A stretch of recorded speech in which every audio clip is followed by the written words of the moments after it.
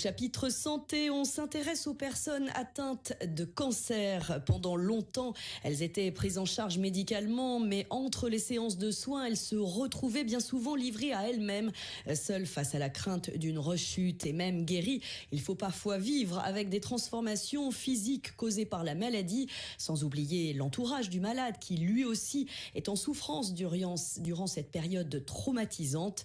Et c'est pour lutter contre ce sentiment d'isolement, voire d'abandon, que l'espace Santé Autonomie de Martigues a réuni hier tous les acteurs du parcours médical. Les explications de Michel Montagne.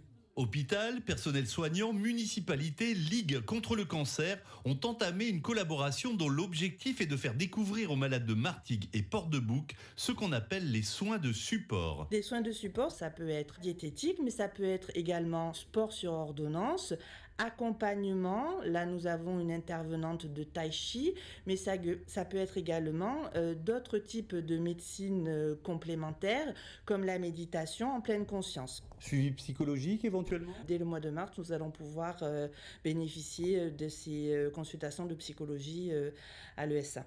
Il y a souvent un problème de légitimité par rapport à la maladie. Bon, mais ça y est, le médecin ne veut plus me voir, le cancer, je l'ai eu. Est-ce que j'ai le droit de continuer à bénéficier d'un accompagnement ? Oui, vous avez le droit.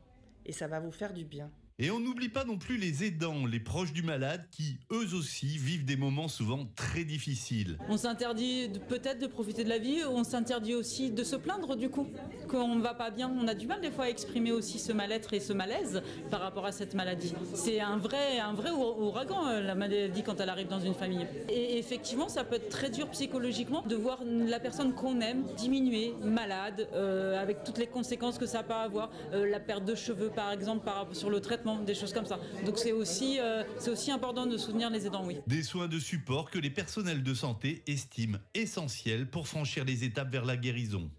Et pour tout renseignement, à partir du mois de mars, on contacte ou l'on se rend au 40 boulevard Louise Michel à l'espace Santé Autonomie.